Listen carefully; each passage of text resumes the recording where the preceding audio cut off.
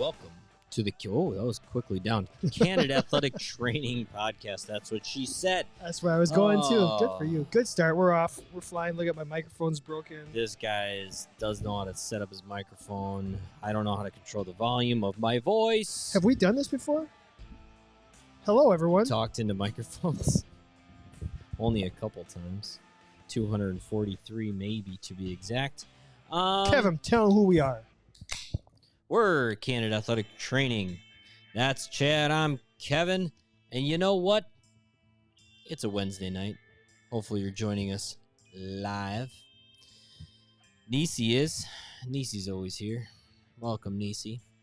Hopefully you're working hard. And this is your podcast that you've chosen to listen to about athletic training while I got it. Still adjusting his microphone. Anyway, you know, we started this podcast a really long time ago. Almost 5 years. Almost 5 years. It actually, somebody asked me how long we've been doing the podcast, and I said, wow.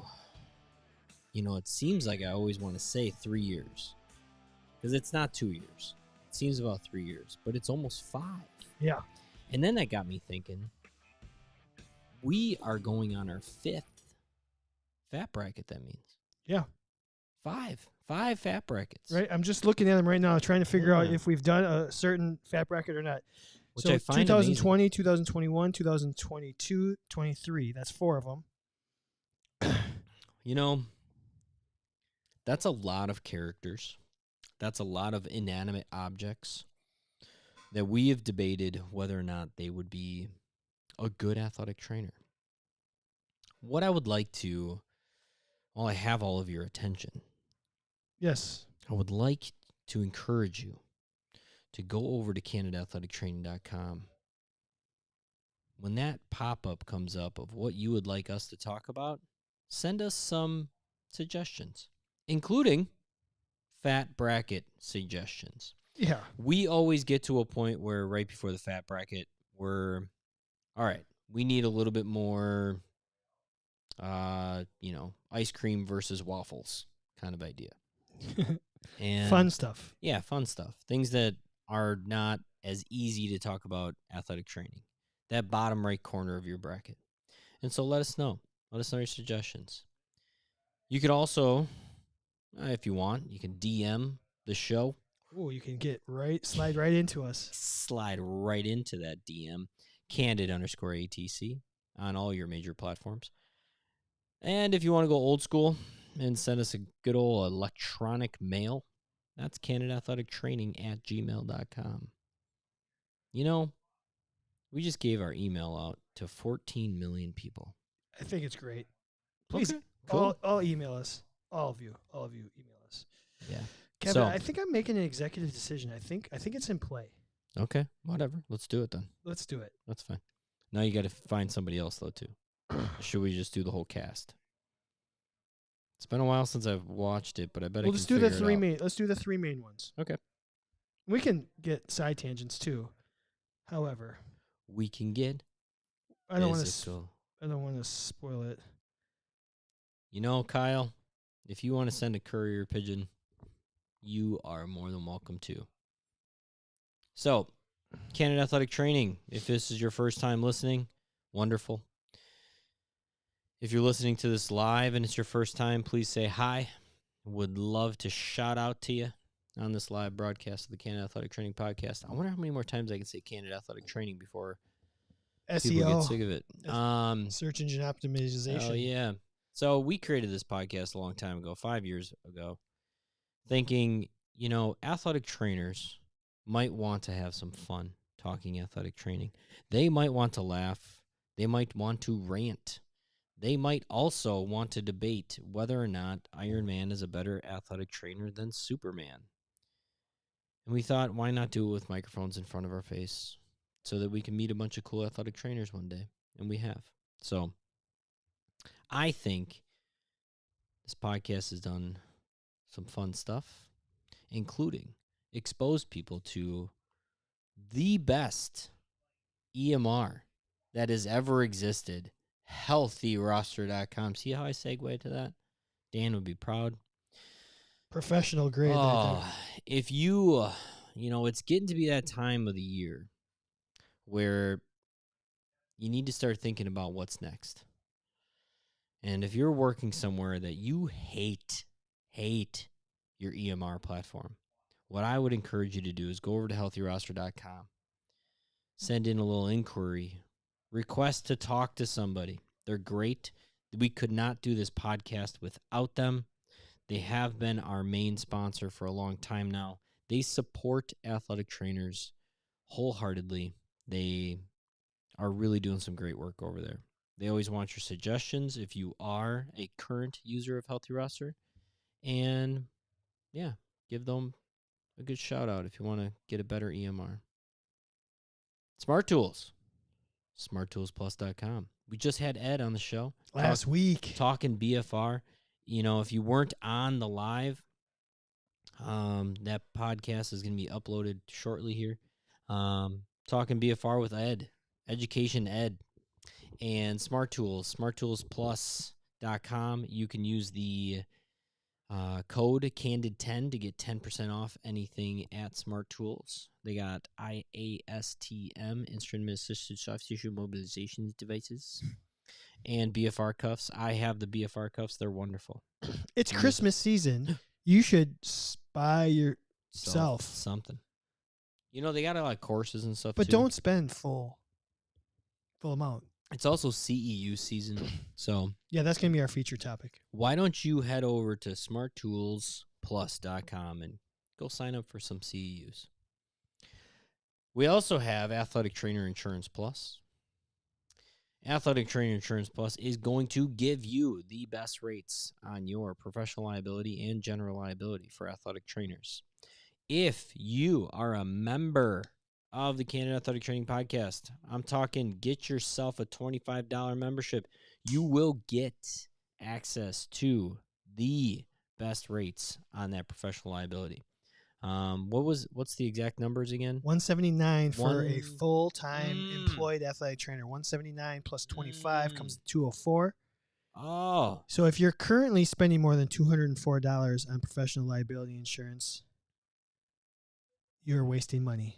And listen, Kyle just said he's already renewed. Well, hopefully he's getting his Athletic Trainers Insurance Plus too. Now, what I would say is that if you are a small business as an athletic trainer, I seriously saved at least $1,500 last year by going with Athletic Trainer Insurance Plus. So get on it. What do we got?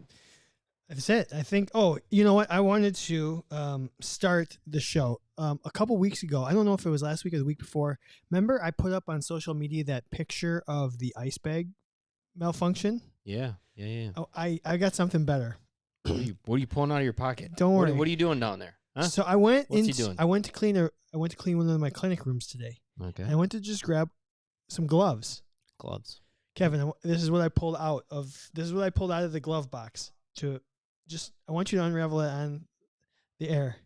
This is what I had. This is what came straight out of the glove box. This is incredible. This is the biggest equipment fail I've ever seen.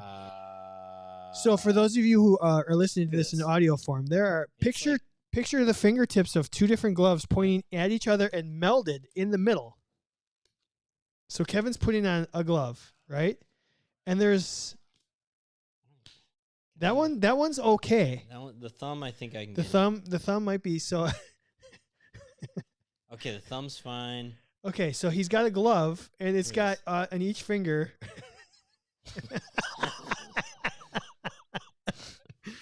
I want to.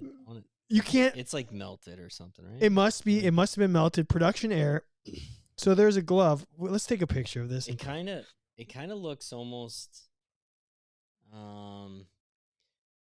like horror. Like it looks like Freddy Krueger, or something. I don't know. Maybe. So there's two gloves. It's Freddy Krueger. Two gloves like locked together at the fingers. With the second glove, you can't even get you can't. I can feel the tips of the other glove. Gingerly touch our tips. Gingerly touch those. We'll tips. save that for a second. That's All right, let's take a picture of this and we can put it on social media. All right. Nice. Yeah. Oh, So that is a malfunctioning. Thanks, Chad. New fear at work. Why didn't you just use it? I don't get it. Goodness gracious. Imagine like you hadn't really looked and you ran onto the field and that's what you pulled out in like a critical situation. God, right? It's almost like a Chinese, Chinese finger there trap. You go. That's It's like a Chinese It is finger like- trap, but all 4 fingers. That's funny. The thumbs were okay. That's so true. Other than you couldn't get the. You can't like get in that one. Yeah, that's what she said. Ooh. Anyways, let's throw that over there. I think we have a fun show. Okay. If you say so. You didn't look at the social media before you jumped on, did you? I didn't. No. Okay, good. So you're gonna be surprised for most of this. I feel like I don't even know what social media is anymore. No, it's probably to your advantage. So, well, let's start with some shenanigans then. Okay.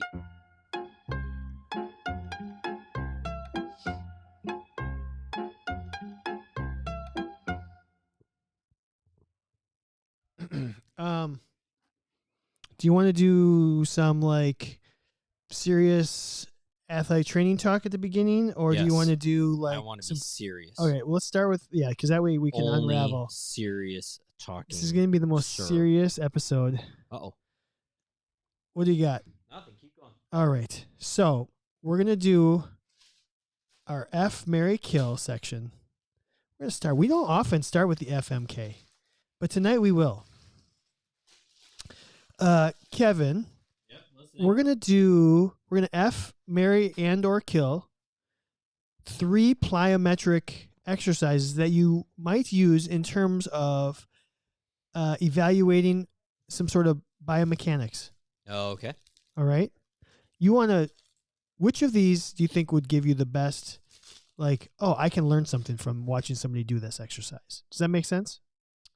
Yes, but what would that mean? I'm marrying it or I'm effing it? I don't know. You can go wherever you want with it. Is the best what I marry? Depends on how happy you are right now. How happy are you with those Twizzlers? Are they still good or no? These are okay. Oh, so 3 exercises, 3 low-level plyometric exercises. Okay. A skip.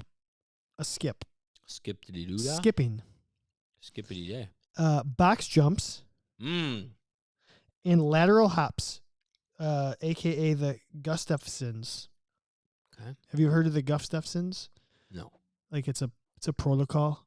It's like basically lateral hopping. I think it's probably a progression, 2 foot, single foot, whatever. Yeah. Hopping over a line or maybe a small distance, lateral hopping back and forth. Okay. Should I pull up the Gustafsons? If you want, you can try. You can show me. Show me. The money. Listen. That box jump probably has the biggest room for error. So that box jump's probably going to show you the most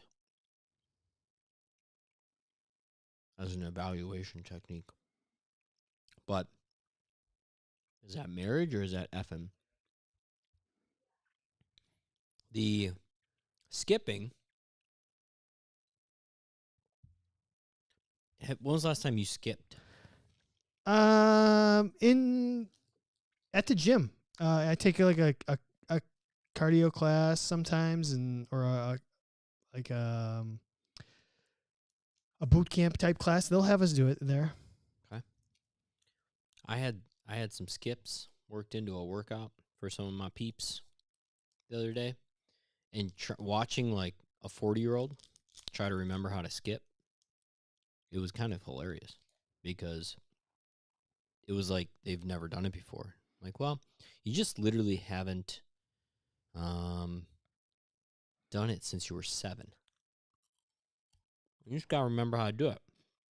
So I'm wondering if that's marriage, because it's been a really long time since you did it, and now you got to remember how to do it again. But when you do it, it's right. I can't find it. Lateral hopping, I don't know how much it tells me. Like, how much does it tell me as an evaluation technique? Ankle. Yeah, but only ankle. The other ones are Maybe knee. a little more. Maybe knee. Yeah, maybe knee. The other ones are a little more total body-ish. There it is. Hi, Kevin. What the hell is St. Nick's? We are celebrating St. Nick's here in Wisconsin. I put it up on social media. It is. Do you celebrate St. Nick's? And Yeah. if yes, what state do you live in? Because I'm trying to figure out how big this St. Nick's thing reaches. My wife had never heard of it. She's from New York. She never heard of it until she got to Wisconsin, where we live. And today is St. Nick's, so happy St. Nick's Day, everyone. All right. Also, happy birthday to our really, really, really, really good friend, Giannis Antetokounmpo. I'm going to text him right after this. Text him right now. Antetokounmpo. Happy birthday. I'm going to marry the box jump. I'm going to kill Gustafsson's lateral hops, and I'm going to F with those skips. Because, man, when you do it good, you do it good. 80% say no. No. So far. It's an early poll. 4 out of 5 people. So St. Nick's is, how would you describe St. Nick's? He is a helper of Santa Claus. He comes on December 6th. He stuffs a stocking. Yep. For the little ones. And a lot of parents will be like, oh, St. Nick is here. He's dropping off some stuff, and it's a reminder that you need to act really good for the rest of the month, or you're not going to get shit for Christmas. It's like one of those, let's trick your kid into acting good. Yes. Our St. Nick drops off, instead of like an elf on the shelf, he drops off a reindeer named Doug. And Doug watches Bennett's behavior. Doug. Listen, looks like I thought really St. Nick popular. was Santa. Yeah, I always did too.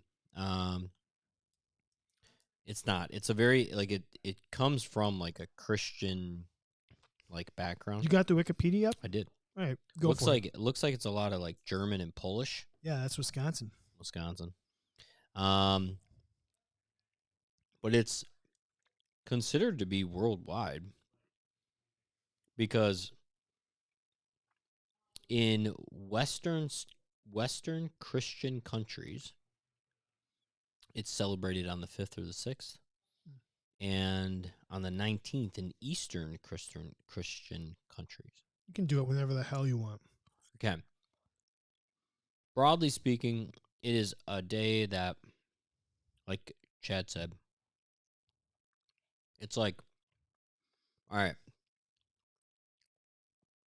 your kids hang their stockings. It's like the Easter Bunny. It's like any of that crap, right? They go to bed. Some magical creature puts stuff in a stocking. If you get coal, you've been bad, and you better act really well until Christmas, otherwise you ain't getting crap. And so therefore, it's a trick to make your kids act better. That's right about it.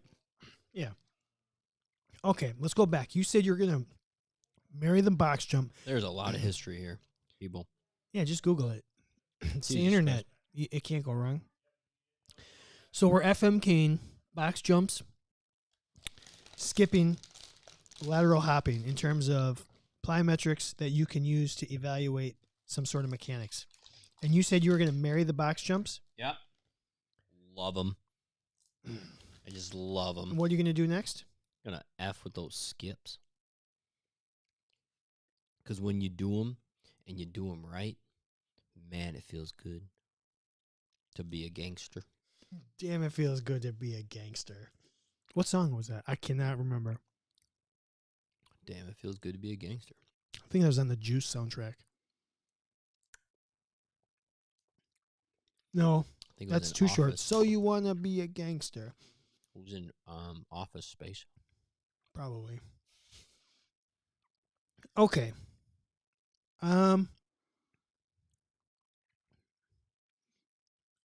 I kind of want to. Huh? I'm for sure marrying skipping. Okay. I think it gives you the most benefit. It's a multi-limb, total body movement. Not that jumping isn't. It's also got a little bit of sling to it, like a cross sling. Slinging. It's got rhythm. It's the most functional. Feel the rhythm. I feel like it translates to most things. Jumping. You can jump in basketball. You can jump in volleyball, like a 2-foot set jump. That's about it. It's probably not about it, but it was the Ghetto Boys. Thank you. So I think I'm going to have to F the box jumps because depth is important. Oh my goodness. Depth of the jump, depth of the landing. Yeah. Depth is important. Don't let anybody tell you anything different. And definitely don't let those knees come towards each other. Yeah. Keep them spread. Stay wide. Stay wide. Don't cave. Yeah. Don't cave in. Well, it's the opposite with some positions. I do think skipping is your best bang for the buck. Like, I can learn some stuff. I do think box jumps are the easiest to evaluate, though. Correct. I like. Just need to stand in one spot and watch. Like easy. Hopping, probably the least amount of utility. Although I do think it's probably cool to see lateral movement and see what's happening with the foot and the knee mechanics. You don't see it a ton. I feel like it's more of just like a progression, less of like an evaluator. Sure. Yeah. Can you do it? Yeah. Okay. Yeah. I saw them in the gym having somebody do some reverse skipping, and my heart just melted a little bit. I was so happy. A reverse skip. It's just such a lost art form, skipping, and it's super underrated. And if you want the easiest way to know if you have an athlete or not, tell them to backwards skip. If they don't do it in the first 10 seconds, you don't have an athlete. Sorry. Can you do it right now? I could. All right. Could you? I think so. Do you want to go? I don't know if I've ever done it. Kevin's going to go. Reverse skip. He's going to go in the other room. We're going to evaluate. And he's doing this. Have Connor do it. Have Connor. Oh, he did it right away. He's an athlete. Have Connor. Ask Connor. We're gonna yeah. Connor's here. We're just gonna see if Connor's an athlete. Connor, can you backwards skip? He's reverse A skipping. Yep, Kevin still got it.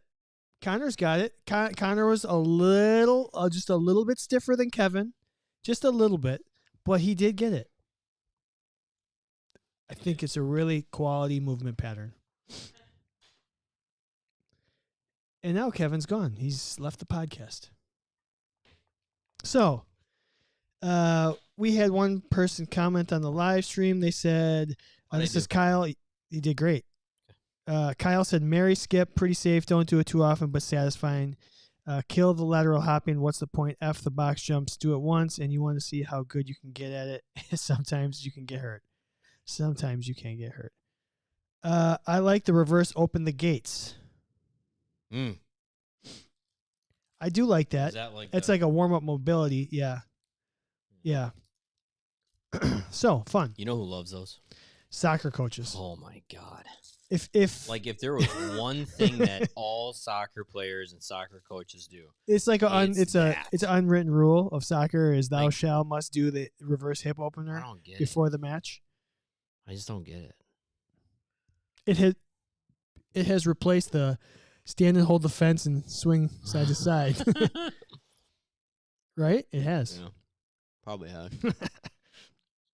And I love when people try to do it like with variation, like a couple steps in between and then do it. Sure. Like, what is that doing? Not much. Not much. Just warming up your foot. Okay. All right, so that's a fun F, marry, kill. Let's we're gonna deviate a little bit. We could turn this into a friend or foe, but I want to call this. Is he out of here? I think so. Mm. You leaving? Yeah, we only got one small guest appearance from Connor today. Yeah, maybe we'll get him back again. He was doing reverse A skips, by the way. Yeah, it's fine. It's still a reverse skip. That's what's fun is trying to get somebody to do an A skip and now go just do an old school skip. Yeah. Kevin, I'm going to call this or that. It's kind of like we can turn it into a friend or foe. Okay. This is going to be an interesting athletic training conversation. Mm-hmm. And I put it up on social media. We'll get to it in a second. Are you an introvert or an extrovert? At work?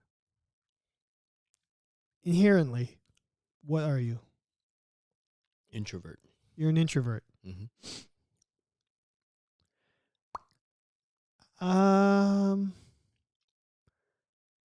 Boy, I don't know if I agree or not. With me? I mean, I guess, yeah. Like that you think I'm an introvert? Of the two of us, I think you're more extroverted than I am. And which is wrong. See, I think I'm really introverted. Interesting. So I put it up on social media. I wanted to see what more people answered. Are you introverted or extroverted? As a profession, what do you think we would be? Like, is it like extrovert? I think extroverts. This is really, I think going to be a fun conversation. To me, introverts, I think, listen first and evaluate and then speak only when needed. Extroverts talk mm-hmm. and explain and would you agree with that? Yes. Want to be social and go out, reach out to people. Oh, yeah, and see that's why I would call myself a complete introvert. From I don't say anything, but then when I do say stuff, I say a lot of things. Now, it's completely different when me and you are just sitting in front of a freaking microphone. Yeah, it's interesting for two people who do a podcast to say they're introverted. If you ask anybody that's known me 90% at least of my life, everybody would say Kevin is really quiet. And I'm an observer. But get me rolling. I can be extroverted, but I think inherently I just want to be a homebody and be left alone. I am very extroverted at work. Sure. I talk a lot at work. I ask a lot of questions. I love just having absolute diarrhea of the mouth with people that are working out. I mean, but I don't naturally. I'm pretty introverted. So we put it up on social media 4 hours ago. And so far, it's 75% of the millions of people that answered said 75% said they're introverted. Is that when it comes to healthcare, is that good or bad? Good or bad? I mean, I guess you can be a good athletic trainer either way. I think that's probably good. To be an introvert, to listen, to really listen is one of the most important things of our profession. Yeah. However, I think the flip side of that argument is the extroverts can usually sell. Yeah, it's that, and I think it's probably easier for an extrovert to build a relationship or connect with someone. Oh. Would you agree with that? Sometimes, yeah. Sometimes it's the easiest for them to. So in this world of building relationships, man, that's a really interesting debate, conversation. I think there's. Oh God, I think there's a case for. You okay there? Yeah. Could you hear that? Yes. Oh man, it was like a hiccup burp. Yeah. No, it was no burp. It was more like a. Oh, it was just a straight hiccup. Straight hiccup, swallowed wrong kind of idea.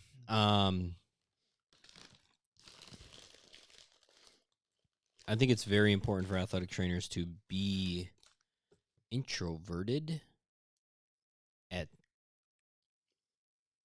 their profession. Like, you need to be able to observe, stay quiet, and when you do speak, people are like, Carry a big "What? stick. You're speaking? This is amazing!"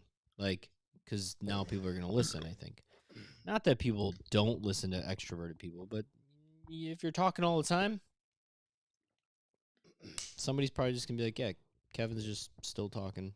Yep, still talking, still talking. Oh, now he stopped talking. All right."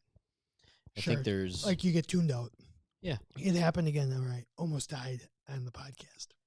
You sound like you did die. It was literally just saliva. So I swallowed my own saliva wrong why? because I had a piece of candy, and it like went down the wrong tube. I'm better now. I'm fine. 46 years. Can't chew food. That's how I'm going to die. I told my wife, I said, I know how I'm going to die. I'm going to choke to death. You better learn the Heimlich. And she said, don't you fucking dare. Things. Don't you fucking dare. I would be dead. She wouldn't get it. Oh. She actually might do fine. She might just want to punch me so much. Just punch you right in the juju. She might like set up for it though and be like, psych, I'm letting you go. She might. I'll take. Like, I swear. Go on, take the money and run. Everybody, I gave him the Heimlich. I punched him. I broke 3 of his ribs. That's how hard I tried. Everything I could. Introvert, extrovert. Yeah. Yeah, I think I agree with you. The less you talk, the more that when you do, it becomes effective. I only know a couple extroverted athletic trainers. Really? Yeah. How many do you know? Apparently one. You think I'm extroverted. No, I think you're more extroverted than I am. Yeah. I guess I can see where you come from. You've always said that. It's funny because we're both married to extroverts. I think we both had our moments as we've known each other as being the extrovert. I think some people when they first meet me, they think I'm kind of like the class clown, like extrovert. Yeah. I mean, you were always the guy that could have fun in any situation. Yeah. That's what everybody knows. Because I'm quick with a joke, they think I'm an extrovert. More like quick with a joke or to light up a smoke. Yeah. It's pretty good there. It's more, yeah. Everybody thinks it takes a lot for Chad to not have a good time. I just need to go home. Now it's stuck in my head. Play us a song. You're the piano man. Who doesn't sing along to that? Yeah. So I don't know. Maybe there's not much more to the conversation, but I think that's just something we've never really addressed. Introverted, extroverted, how outgoing. I'm very jealous sometimes of the extroverts. Right? I think a lot of us athletic trainers. So, okay. What would you say is an extroverted health profession? Are there any health professions that are extroverted? What do you think? Health professions? Yeah. No, not many. I don't know if there's many. There's obviously a spectrum of strength coaches. Oh. Yeah, more often than not, your strength coach is going to be in your face. Let's go! Yeah, and they can be like kind of the center of the room, you know? Big personalities. They can hold court pretty well. Maybe that's why we don't get along with coaches, because coaches usually have to be extroverted too. Yeah, for the most part. Not to say we don't get along with coaches, but fucking hate all coaches. I'm just kidding. Just kidding. Don't quote me on that. Don't quote me. I mean, I think I see people that have this really easy, really easy time networking. I can talk to a patient, I can talk to an athlete, and I can network with that individual really well. I'm trying to get better at like talking to peers in a better way. I had an athletic trainer get on my table. Like they randomly got on my schedule, and here they are as an athletic trainer on my table, and their back hurts and they need my services. And it felt like I didn't know how to talk to them. Sure. Like, because I was floating this line of like, all right, I'm going to start telling you what I do, but then I'm also trying not to like be arrogant about what I do. I'm also trying to not like, what if I say something that you don't really understand because you're just not really familiar with X? But then like, I don't want to assume you know everything that I'm talking about because maybe you've never experienced what I do. And it was really like kind of locked me up a little bit. And that normally with my patients, I think one of the reasons I get good returns on my patients is because I have good conversation and I teach them about what we're doing and why we're doing it. It felt really awkward to have an athletic trainer on my table that Sure. I wasn't teaching. Yeah. Like Connor, when I was teaching him how to like work in my clinic, that was fine. Diarrhea of the mouth any day of the week. But like, I don't know, when it was like a peer that they were, I don't know, it was weird. And then when I get like chiropractors or I get PTs and they're like, I had a PT come in the other day that wants to work out in my gym. And I was kind of working through like why I created the gym space that I did. And then all of a sudden she was like, well, I am a PT. I was like, oh, cool. Like, so you kind of understand what I'm saying then. But in reality, she's a PT for kids and babies. And so like she never has to like teach somebody how to do a, sumo deadlift or something. Yeah. And so it was like that was new to her. But yet I was really nervous like talking about like how I try to create like exercise, I should say working out into rehab and rehab into working out. Yeah. Because which is the best part of the job, in my opinion. yeah. Oh, there. Okay. I heard this on a podcast today that I listened to. It's the Kelsey brothers. No, no.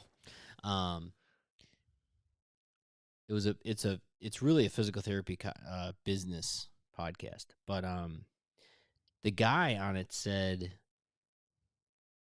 I'm more uncomfortable around other physical therapists than I am around strength conditioning specialists.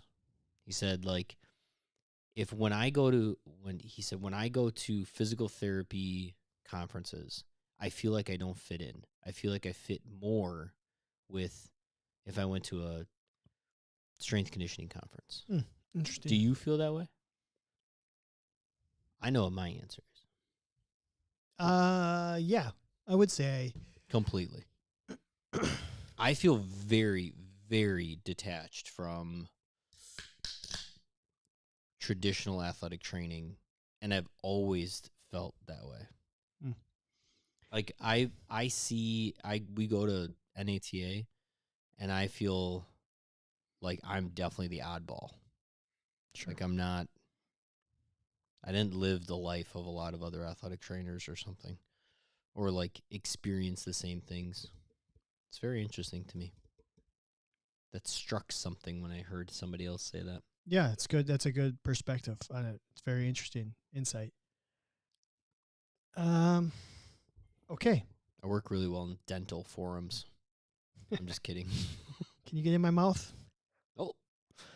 All right. Say cheese. We're gonna We're gonna do this fat. What? I think. Okay, let's do it right now. We're gonna do it. Bust it out. We may have done this one before, but after 240 some episodes, I don't remember. And I actually went through the fat brackets and said, I don't remember. I don't remember. I don't think we've done it. It's hard to think it's hard to say we haven't. Okay. But we're gonna do Superbad. We're gonna do the three main characters from Superbad. McLovin. Fogel. Yeah, I'm pulling up the. Fogel, Yeah. played by Christopher Mintz, whatever.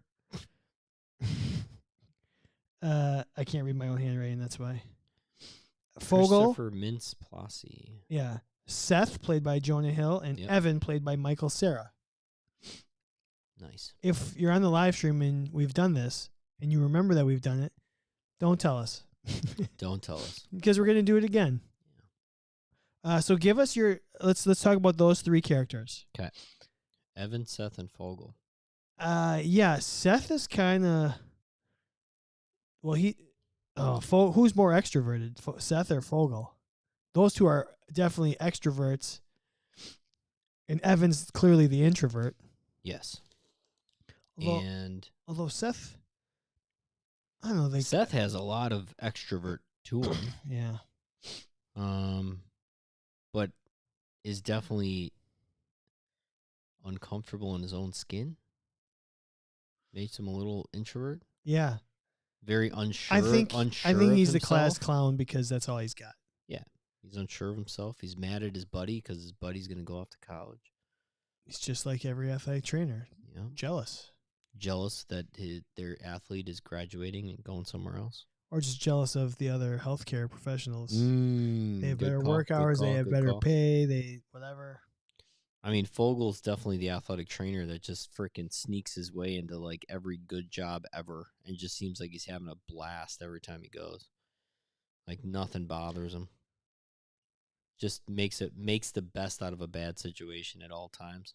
Just lucks his way into things.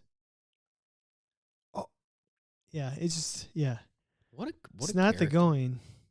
What a freaking character! It's the coming. Evan's like the hardworking young athletic trainer that is really unsure, a lot of imposter syndrome. These eyes just has not been These able eyes to have seen a lot of things that they never seen you. Like has not no confidence. Yeah, he's scared. Like it's like your first year as a certified, you're like, I'm going to ruin all these athletes. But you're not. Yeah. You're going to be fine. Seth is like fake confidence. But in reality, like... Funny thing about my back is... He has no idea what he's doing. But here's the thing. He shot his shot. Shot his shot. And it worked. It did. That's what you have to do as an athletic trainer. Like, just try it. Sometimes you got to shoot your shoot. Shoot and shot. Shoot it. Shoot your shoot. Shoot your shot. So, okay, of these three, let's go the other way. Let's go. Yep. Who would be the best in pressure situations? I kind of want to say McLovin. Shit. Yeah, I'm going Fogel. I'm going McLovin. Fogel's the best. He's gonna stay calm. You know, he's cool. He's cool. I don't know what I'm doing, but it's cool. I know how to act like I know what I'm doing.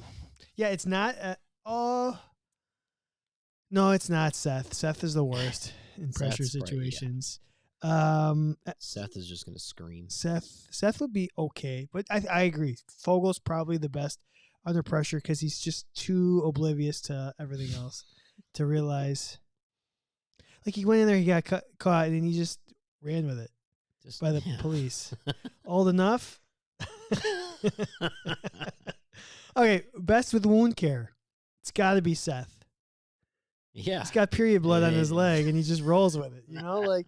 It's maybe that's bad because he's like I mean, he kind of started to like gag a little bit with it. Yeah, maybe I'm reading that situation. He might be the most experienced with blood, but he's not necessarily the best. He also headbutted Jules. Yeah, gave her a bloody nose. Didn't have to take care of it.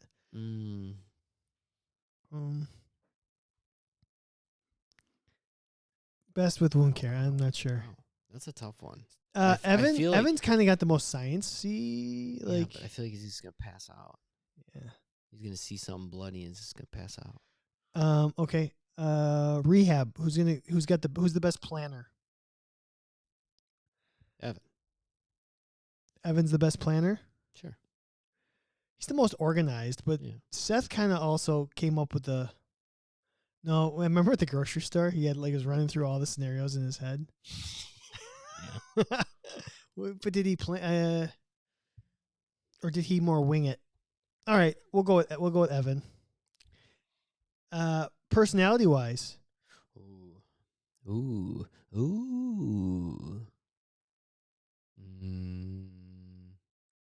That's a tough. I think Seth. No. Oh boy, so Seth got really popular at the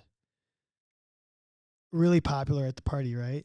He was like everyone loved him at the party because he brought the booze. Yeah. But Fogel came in and oh, Fogel's a badass. It's like Seth was the first athletic trainer with a Theragun. And so all the athletes loved him. Like, oh my God, you're amazing. And then Seth was the first one that knew how to cup. He brought the cups, and therefore everybody loved him. But he was just kind of kept being that the trick. I'm doing the new hottest fad, and trying to get people to like me by maybe not really knowing what the hell I'm doing. Yeah. Not that there's any athletic trainers out there that do that. All of them. Every athletic trainer is really good. Who asked the best questions? Seth. Seth is going to call it like it is.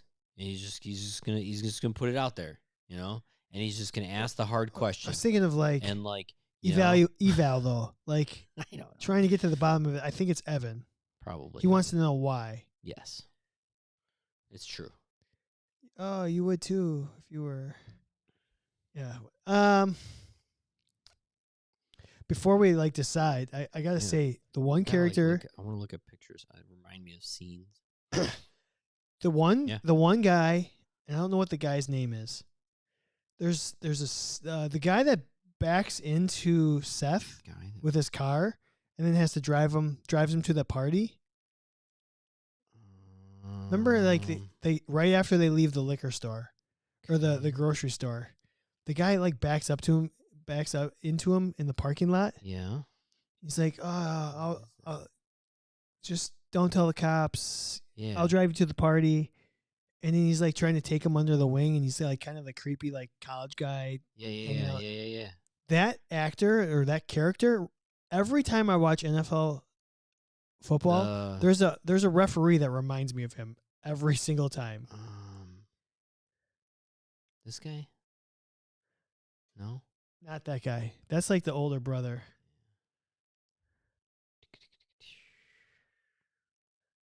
Can't remember. I'm looking for the scene right now. Yeah. Anyways, Anywho, I'll see if I can find it. So what do you think here? Who would make the best? Yeah. I just think it's Fogel. Why is it? I think it's just this.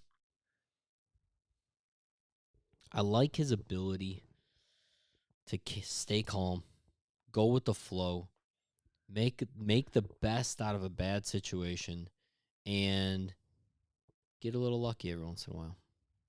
Did you find it? No, that's the when he shows him his ID. McLovin? McLovin's the second most popular name right after Mohammed. I don't know. I think I got to go with Seth. Okay. Just because he actually Fogel's so in his own little world, he doesn't understand. Maybe not. I don't know. He's the one that's just tell him. Kind of. Oh, this guy. Give it all you got. Yeah, There's an NFL referee that looks just like that guy to me. Joe Truglio. Yeah. What a name. So next time I see that guy, I'm gonna send you a picture. He's in. Next time I see the referee in NFL film, I'm gonna take a screenshot and send it to you. What's the freaking I Love You Man or whatever, right? Right? Is I Love You Man with Jason whatever tall Jason guy? Jason Segel. Segel. And then what's his face? And they become best friends. Is that movie? I don't know. Give it all you got. Maybe. Give it all you got. I've only seen it once. I Love You Man once. No, it's not that. I gotta look that up now. Give it everything you got. Okay, if you're on the live stream, let us know, Evan, Seth, Fogel, who you think would make the best athletic trainer. I think. Where do you have that ranked in like your not necessarily ranked, but give me a letter grade here. A letter grade? Yeah, like maybe that's not something we've done. All right, let's go. Let's go ranking in your comedies. We'll just in put my it comedies. in your comedies. It's a top 10. No. I'm not saying top 10. I'll give it top 25. It's got to be. I'm gonna give it top 25 for sure. I think I'm gonna put it in my top 10 comedies. Yeah. I'm like on a. I think it's hilarious. I really do. I like it, but it's never been a movie that if I'm scrolling through Netflix, I don't just put it on. Like, I don't come across it and I go, I'm gonna watch that. Step Brothers, like I'm just gonna put it on. I remember watching Superbad for the first time. Mm-hmm. I remember exactly where I was. I remember laughing out loud, probably harder than any other movie I've ever laughed out loud on the first time I watched it. It is. Where like the first time I watched it, I was like, this shit is funny. Mm-hmm. And then the more you rewatch it, because it doesn't catch you off guard, you're like, oh, I know what's coming. Yeah. It's maybe not as funny, where other movies, the more you watch them, you're like, oh, that's funnier than I remember. Yeah. But Superbad, I remember the first time watching it, crying, laughing so hard. Like, there were a couple things where I was like, this is awesome. Oh, and happy birthday to Judd Apatow. That's why we're doing this today. It's Judd Apatow's birthday. And he's made some of the best movies of all time, I think. And so we wanted to do this one because it's his birthday. What year was this? What? This has to be 2013. No, probably older than that. 2011. Superbad? 2007? 7. I was way off at first. 7. You were way off.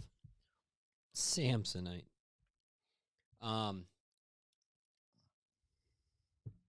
I would agree. It's a movie that was hilarious, and it kind of got a little less like hilarious, but it's still hilarious. It's still great. I think it's, you know what? I'd probably laugh hysterically now. I haven't seen it probably in 5 years. I bet I would laugh a lot. McLovin is fucking hilarious. He really is. All right. Let's do our feature topic. Okay.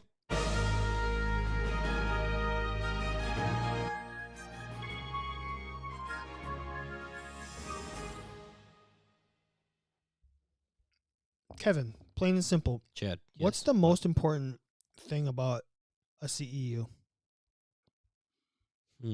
Like, what's the essence? What's the essence of why you choose a CEU?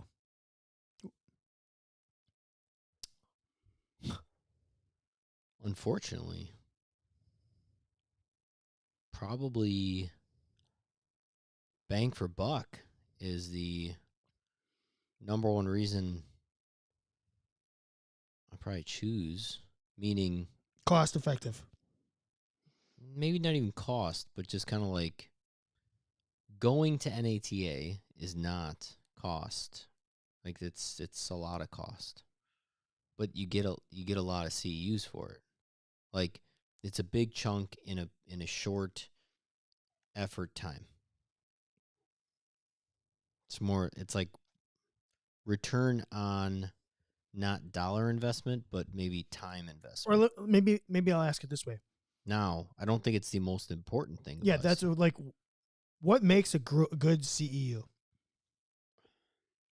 What makes a good CEU? Maybe I should have phrased it that way on social media, and I didn't. What makes a good CEU? Mm-hmm. Well, Chad, it's got to be it's got to be really encompassing of all of the evidence that is going to make all of our athletes better. I think what makes a great CEU is those moments of like, all right, you're sitting, watching, listening, partaking, and you start thinking about specific people that you're like, I need to try this with that person. I need to try this with that person. And it like instantly becomes a great tool in your toolbox. Or I should say the tool in your toolbox that you want to try. You want to see if it can solve an issue that you haven't been able to solve with any of your other tool sets. It's application. Right? Can you use it? Can you use what you just learned? And I don't even care if it's just like once in a while. It's like the thing that like solves an issue. Yeah. Or makes you think differently about how to approach something or whatever it is. That's where I think the CEUs that are like just regurgitated information, that's where like you lose me. Versus like a concept that gets executed, or even a method of treatment that's like you can every once in a while just apply it. So, like, do you remember when you were a younger professional? Uh-huh. Like, for me, my first 6 years, my first 3 reporting cycles, I'll say, or maybe even 4. Yeah. Every time I had to, like, figure out, like, what do I want to study here? Mm-hmm. Or what do I want to, how do I want to use my CEUs? Mm-hmm. It was some sort of evaluation or modality / rehabilitation teaching. Like I wanted to learn, how can I help my patients? Does that make sense? Mm-hmm. Like, can I learn something that will help me either evaluate them better or treat them better? Get them back quicker. That essentially should be what a CEU is, right? And then if they were all gone, then I'd look elsewhere. Yeah. But there are so many CEUs that are on other things. Mm-hmm. And sometimes I struggle with the application. Like maybe is it fair to say maybe like let's call it a social issue or maybe ethical things? Or is that what you're saying? Like you struggle with those being CEUs? Mm-hmm. Yeah, I'm right there with you. I like from a standpoint of I think they're important things to know. Yeah. I think there's a lot of things that are it's very unfortunate that it's in a position of you can go through this course in order to be a better human, and then you can get credit for your profession. Or like, I think you should be better at your profession. This is gonna be really unpopular. But probably not. I'm gonna like love it. Sometimes like the courses are like, let's talk about burnout in the profession. Yeah. Beat it. That's I think it's important to understand why we're burned out. Yep. We talk about it all the time on this show. Mm-hmm. Is that helping you treat your athletes? No. Yeah, I guess I don't. You can go down a rabbit hole. Yeah, you can wiggle. Yeah. What if it's a course? If I don't understand, this is how you can avoid burnout, or this is how you can help, notice burnout in your own life. And then you can treat people better if you're less burned out. But that's it. Yeah. Like that should just be, that should be like things you want to know, because that's making you a happier and okay human, not athletic trainer. Man, there's a difference between those two things. We're going to get blitzed on this. I know, but it's because not everybody, a lot of people want their profession to be an identity, and then they also in the same breath want their identity to not be their profession. And then in the same breath, they want their identity and their career and their employer to take care of them like they're their mother. And then there's too much there. We are also individual humans that you chose a profession. Learn how to be a better professional with treating other humans, not necessarily how do you treat yourself. I don't know. So here's what I've got. Candid Athletic Training on Twitter. What's the most important thing to you when it comes to a CEU? Cost. Caitlin Place. Can I actually apply it in my small town rural high school setting? Kevin Joyce. Cost is the primary one. Hate to say it, but it's true. KJ. Lauren Hoyt. Is it something I've heard before for the last 10 years, or is it current? And how applicable is it to my clinical practice? Mm-hmm. Denise, does it fill a gap in my education? Dr. Jim Barry, is it practical and useful to my clinical practice? Jason, cost, usefulness. TJ, document it. Rob, does it also count towards my CSCS? Good call. Alex Daly, how does the information from the CEU help make a difference in the lives of the patients we serve? Then he gave 3 that he found quite valuable. I'm not going to say them. You can look at the tweet. Danielle McIntyre, cost, relevance to my setting, delivery of content is engaging and interesting. Charles Liggett, is it useful new information and cost is a major consideration?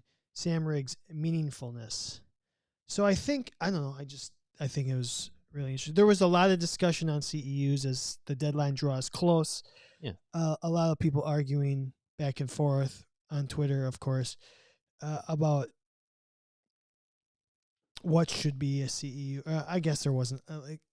It was kind of more like there was a little interaction between the clinicians versus the educators / researchers. Mm-hmm. And you and I have always had an interesting relationship when it comes to research. We have an interesting relationship with research. If research, it's kind of one of those on again, off again kind of relationships. When you're in town, maybe you give them a call. Research is our side chick. No, like I think there's good research and there's research that is a waste of time.